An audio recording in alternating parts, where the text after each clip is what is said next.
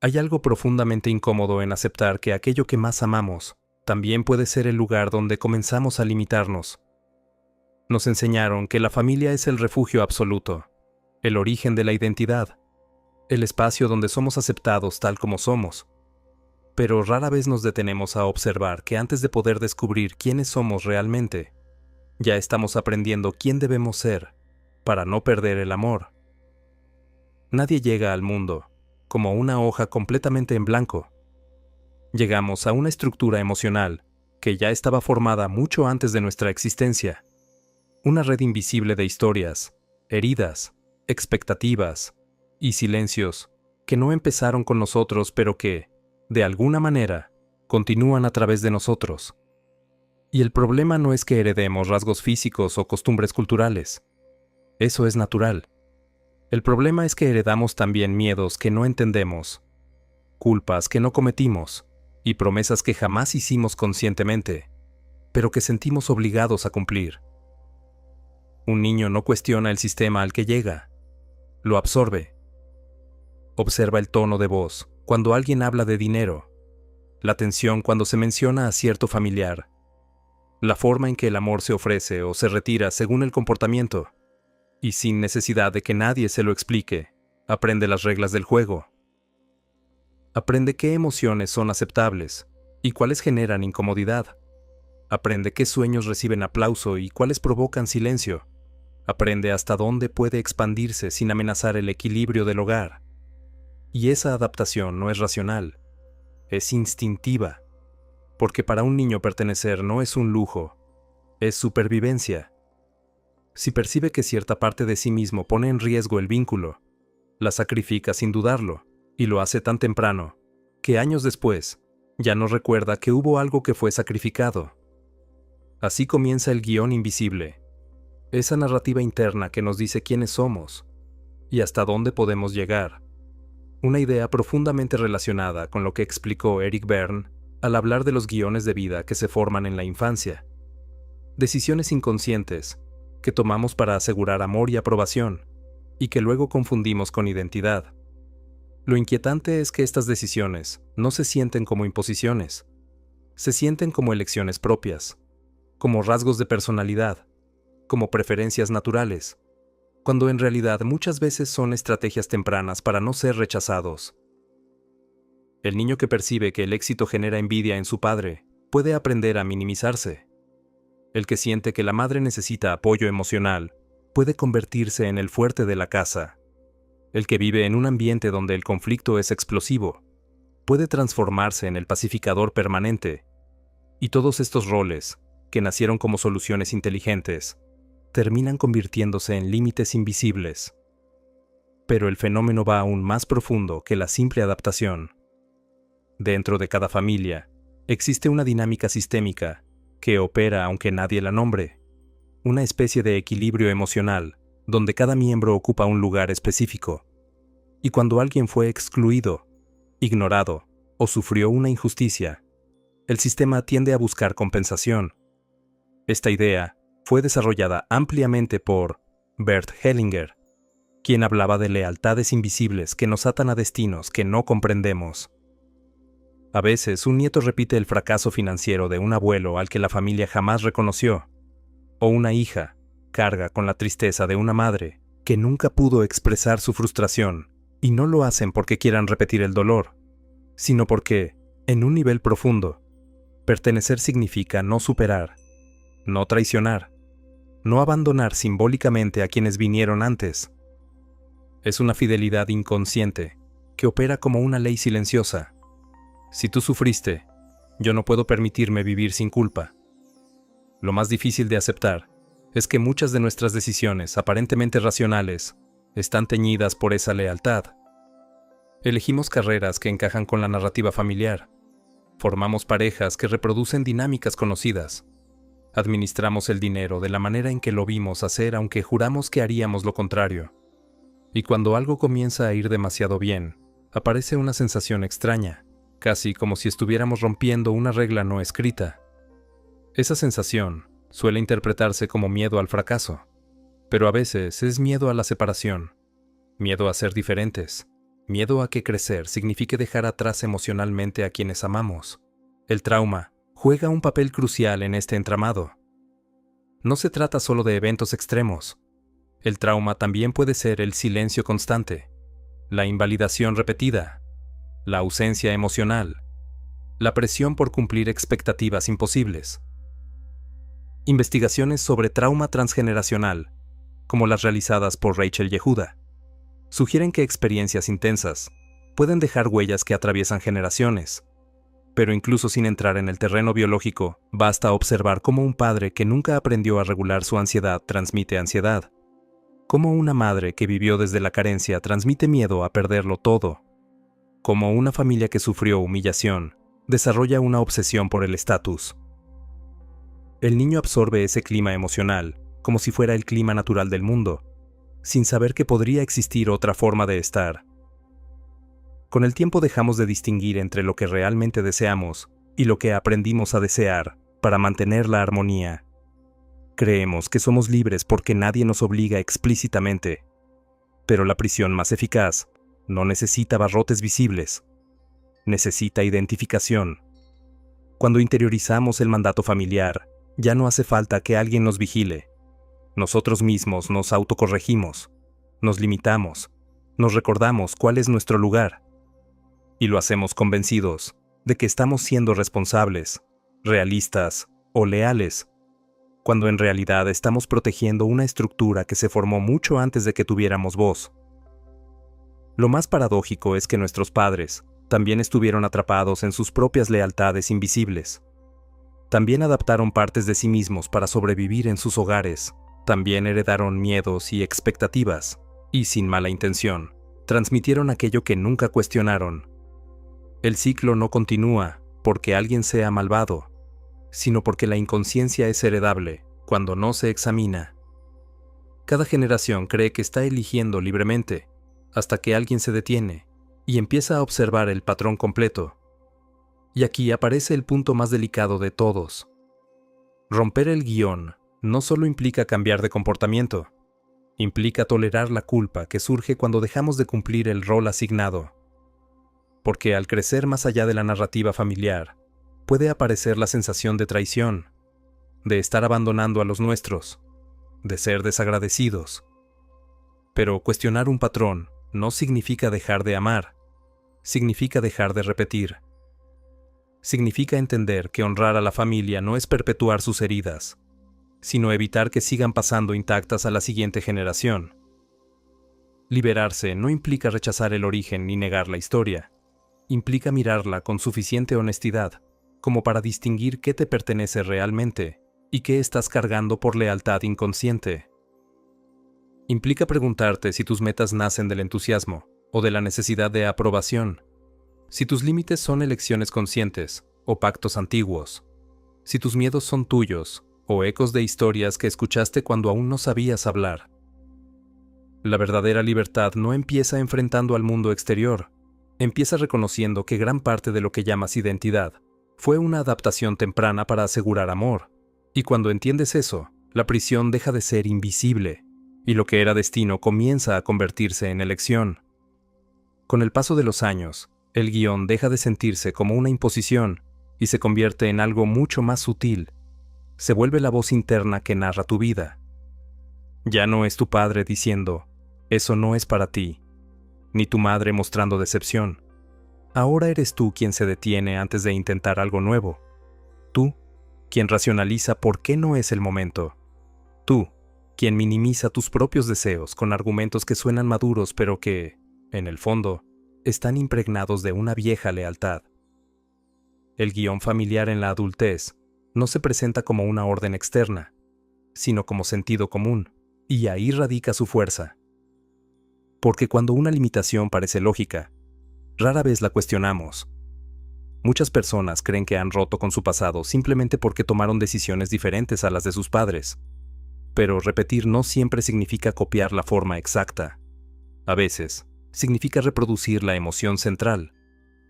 Puedes elegir una profesión distinta, y aún así, mantener la misma relación ansiosa con el dinero que viste en casa.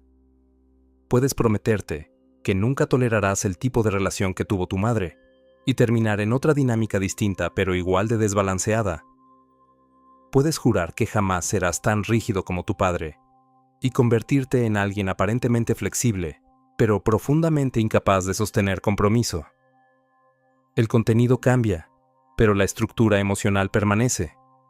Eso es lo que hace que la repetición sea tan difícil de detectar. No es una fotocopia, es una variación del mismo tema. Con el tiempo empiezas a notar patrones, situaciones que parecen diferentes, pero terminan igual. Relaciones que comienzan con entusiasmo y concluyen con la misma sensación de abandono o de asfixia. Proyectos que arrancan con energía y se diluyen justo cuando podrían despegar. Y la explicación más fácil siempre es personal. No soy lo suficientemente disciplinado. Tengo mala suerte. El mundo es injusto. Lo que rara vez consideramos es que tal vez estamos obedeciendo una regla que nunca examinamos. Una regla que dice hasta dónde es seguro avanzar sin romper la pertenencia. Porque crecer implica diferenciarse, y diferenciarse activa una alarma muy antigua. En la infancia, separarse emocionalmente del grupo podía significar perder protección. Nuestro sistema nervioso todavía conserva esa memoria primitiva. Ser distinto puede sentirse como peligro. Por eso, cuando tu vida comienza a tomar una dirección que nadie en tu familia ha tomado, puede aparecer una incomodidad difícil de explicar. No es solo miedo al fracaso. A veces es miedo al éxito. Miedo a cruzar una frontera invisible que dice, hasta aquí llegamos nosotros. Y cuando alguien se atreve a cruzarla, el sistema familiar puede reaccionar con críticas disfrazadas de preocupación, con bromas que minimizan, con silencios que pesan más que cualquier palabra.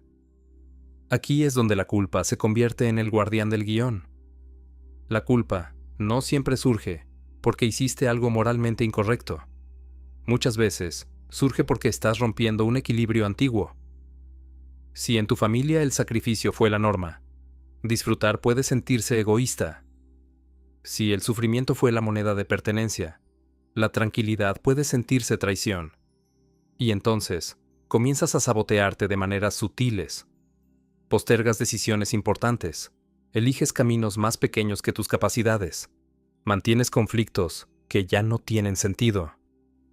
No lo haces porque quieras sufrir, lo haces porque inconscientemente estás siendo fiel. Romper con esto no es un acto dramático, ni una declaración pública. Es un proceso interno profundamente incómodo. Implica sentarte con la sensación de estar decepcionando expectativas invisibles. Implica tolerar que algunas personas no entiendan tus cambios. Implica aceptar que el amor que recibías por cumplir un rol puede disminuir cuando dejas de interpretarlo. Y eso asusta, porque el niño interno todavía cree que el amor puede retirarse si deja de obedecer. Sin embargo, madurar psicológicamente significa entender que el amor adulto no debería depender de la autoanulación. También es importante reconocer que liberar no es culpar. Comprender el guión familiar no significa convertir a tus padres en villanos, ni reducir tu historia a una acusación. Ellos también estuvieron condicionados por sus propias lealtades invisibles. También intentaron pertenecer. También hicieron lo mejor que pudieron con las herramientas que tenían.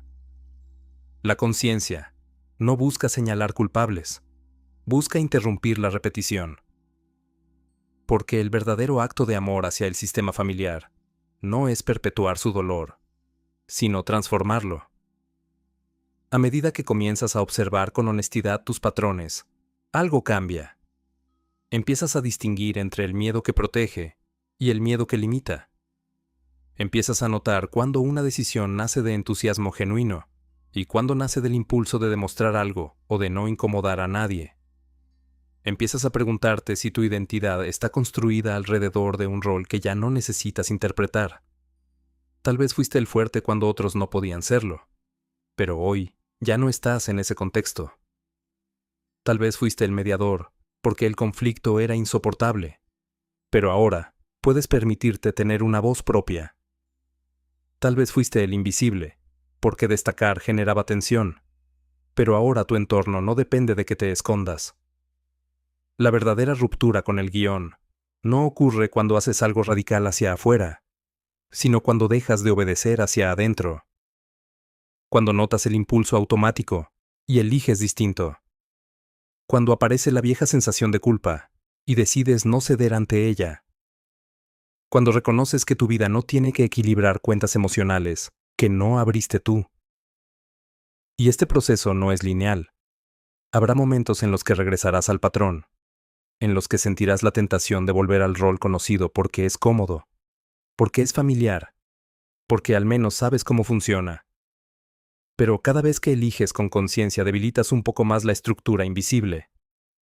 Hay algo profundamente liberador en comprender que pertenecer no requiere repetición, que puedes honrar tu historia sin quedar atrapado en ella, que puedes amar a tu familia sin convertirte en el guardián de sus heridas, que puedes construir una vida distinta sin que eso signifique abandono. La diferenciación no destruye el vínculo cuando el vínculo es sano, lo transforma. Y cuando el vínculo depende exclusivamente de que sigas siendo quien siempre fuiste, entonces no era amor lo que lo sostenía, sino equilibrio. Quizá el acto más valiente no sea romper de manera espectacular, sino permitirte ser quien eres, incluso si nadie más en tu linaje lo ha sido antes. Permitirte tener éxito si el fracaso fue la norma. Permitirte descansar si el agotamiento fue un símbolo de valor. Permitirte amar de forma estable si el drama fue lo conocido. Permitirte sentir sin esconderlo si el silencio fue la regla. Cada uno de esos actos es pequeño en apariencia, pero enorme a nivel sistémico, porque interrumpe una cadena que pudo haber continuado por generaciones. Al final, la familia no tiene que ser una prisión permanente.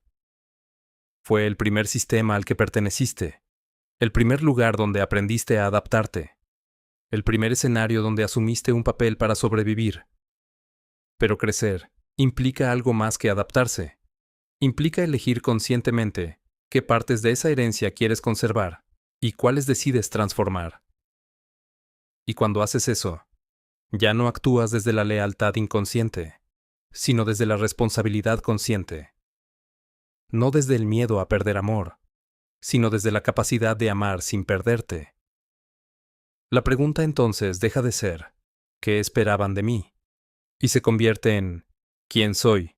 Cuando ya no necesito cumplir expectativas invisibles. Y en esa pregunta, que puede parecer simple, pero es profundamente desafiante, comienza la verdadera libertad. Cuando comienzas a hacerte esa pregunta con honestidad, algo se desordena por dentro. Porque durante años tu identidad estuvo organizada alrededor de roles claros, de expectativas definidas, de respuestas automáticas que te daban una sensación de coherencia. Sabías quién eras, porque sabías qué se esperaba de ti. Sabías cómo reaccionar porque tu sistema ya tenía ensayado el papel. Pero cuando empiezas a cuestionar el guión, aparece un vacío extraño. Ya no quieres seguir interpretando el personaje, pero tampoco sabes aún quién eres sin él. Y ese espacio intermedio puede sentirse como desorientación, como si hubieras salido de una casa conocida hacia un terreno abierto sin mapas. Es en ese punto donde muchas personas retroceden, no porque no quieran ser libres, sino porque la libertad inicial no se siente expansiva, se siente incierta. El guión familiar, aunque limitante, ofrecía estructura, ofrecía pertenencia automática, ofrecía una narrativa clara sobre el bien y el mal, el éxito y el fracaso, el orgullo y la vergüenza. Cuando esa narrativa se debilita, la responsabilidad se vuelve completamente tuya. Ya no puedes culpar a la historia. Ya no puedes decir, así somos en mi familia.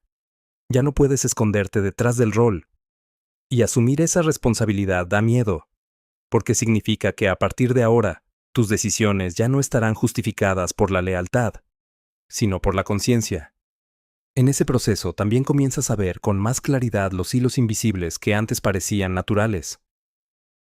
Observas cómo ciertas discusiones familiares siempre giran alrededor de los mismos temas, cómo ciertos miembros ocupan constantemente el lugar del fuerte, del frágil, del exitoso o del problemático.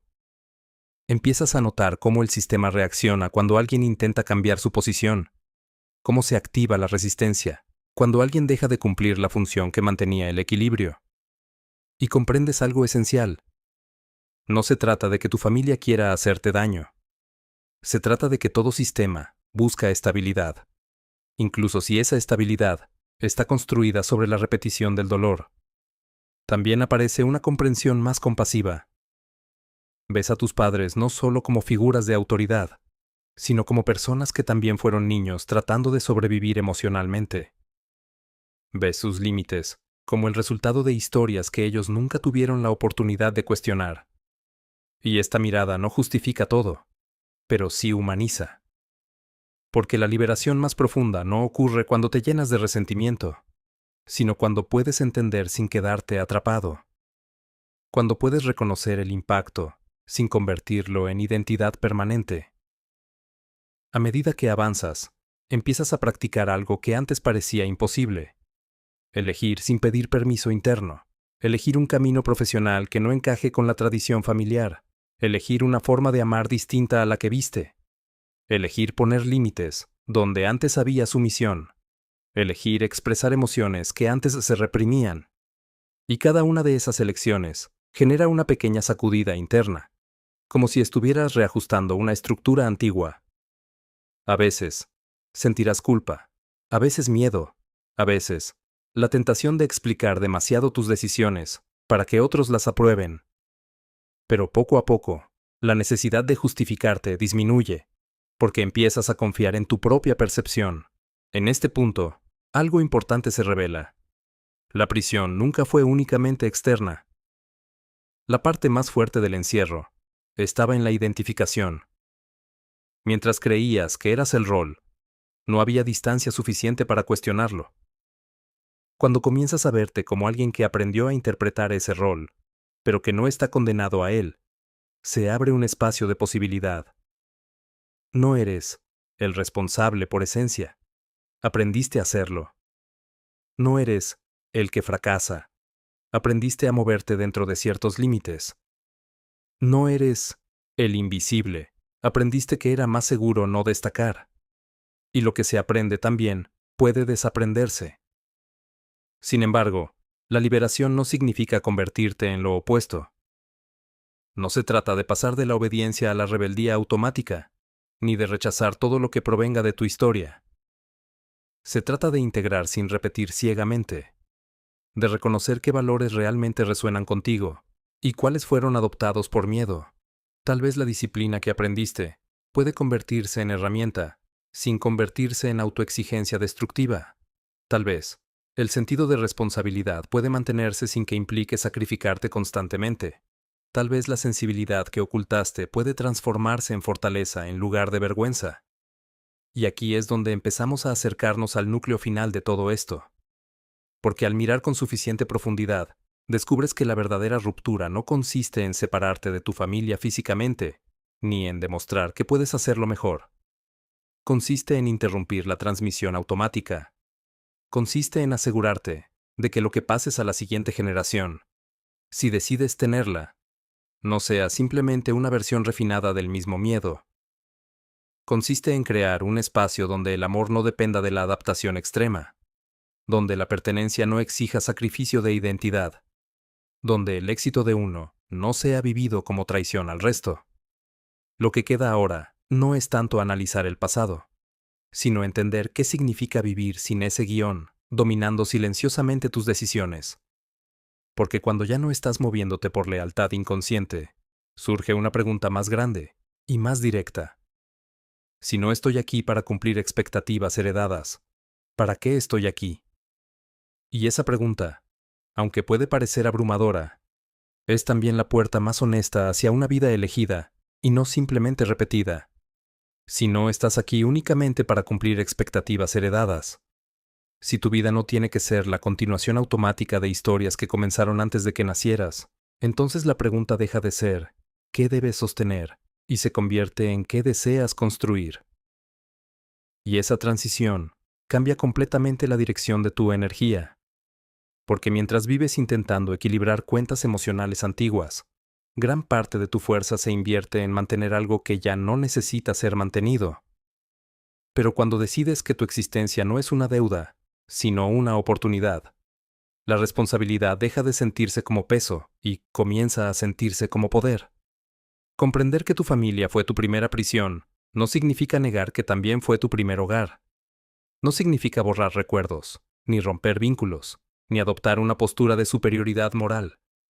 Significa reconocer que en ese espacio aprendiste reglas que te ayudaron a sobrevivir, pero que no todas esas reglas están diseñadas para permitirte expandirte.